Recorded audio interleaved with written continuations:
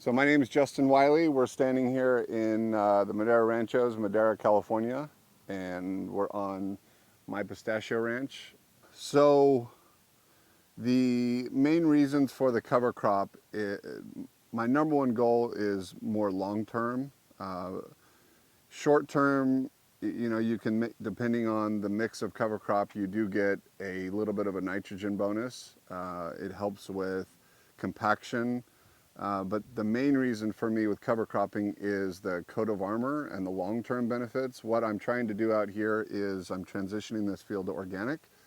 I've reduced my inputs. I've reduced my nitrogen by over 90% annually. In the last couple of years, one of the years I did not use any nitrogen at all, only compost. And long term, the cover crop acts as a shield, a coat of armor for the soil. And the purpose of that is to bring back the soil food web. So I'm trying to increase microbial activity in the soil. An issue with not having any protective armor on the soil is in the summer, the top few inches of the soil will heat up to something like 125, 140 degrees if you get into triple digits. Even a dead coat of armor, even a dead cover crop will keep the soil 20 to 30, 40 degrees cooler.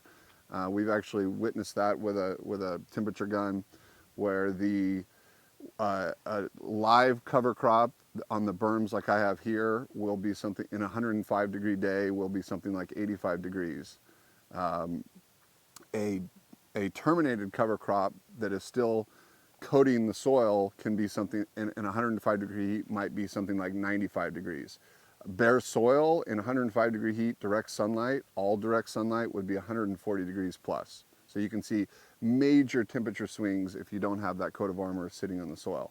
So that's one thing, is to improve the microbial activity in the soil.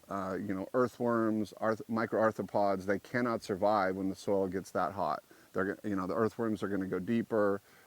Most of your microbial activity is either going to go dormant or die off in that kind of heat. So on top of that, you're not improving the soil structure. You're losing the glues. You're losing fungal activity.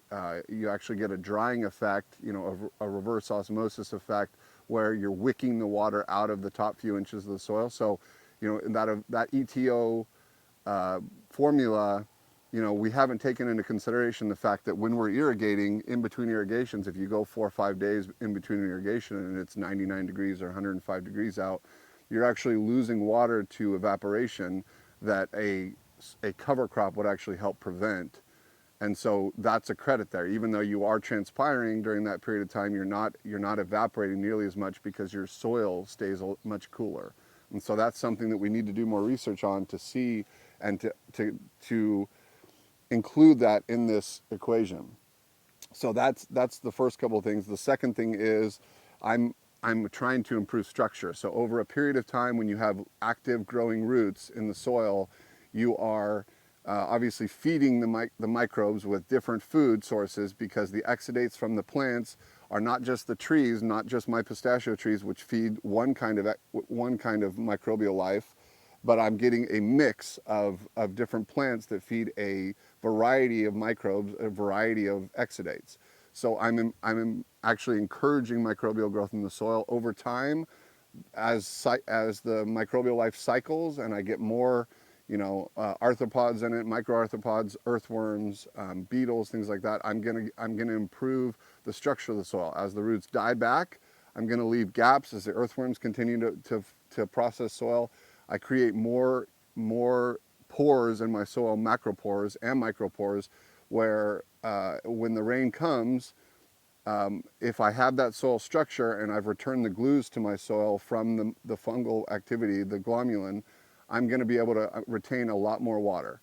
And so on top of that, I'm also improving so not only the structure, I'm increasing soil organic matter. There's a lot of studies out there that show for every 1% increase in soil organic matter, you get 25,000 gallons of holding capacity in my soil. Right now, all of our soils in Madera are sitting at somewhere around 0.5% to 0.75%. I mean, we farm a lot of acreage around here, and we've taken those soil tests on everything we farm. We don't have anything above 0.75%. Now that could be native. If you take a sample on the fence line, it may not be much more than 1.5–2%, but we don't have to accept that. There is a way to improve soil organic matter. We've seen that in the Midwest. Not quite as arid of an environment, but we have trees, we have irrigation here. We have every reason to believe that we can improve our soil organic matter over the next 5-10 years. So long term, if I can increase the soil organic matter, that will improve my water holding capacity. When we have a wet year, having soil structure where I can take the water and the infiltration rate increases so that the water doesn't just wash down the canals, improving the soil organic matter in the soil should give me a huge increase in water holding capacity, to the point where I on those wet years, if I get spring rains and winter rains and I start with a full profile, my full profile could be double or triple what my neighbor's is over time if I'm doing all those things. So the point is not just this year and what my cover crop might do in 1 year, it's what can it do in 5 or 10 years if I keep that coat of armor on my soil and I improve the soil structure, improve soil organic matter. What are the long-term benefits of that? So it's hard to look at, a cost-benefit analysis, or am I using more water over 1 year, especially in a drought year when my goals are long-term. So cover crops are an integral part of my operation. Without cover crops, I couldn't do anything else that I'm trying to do. So I'm trying to improve soil structure. I'm trying to improve water holding capacity and increase organic matter.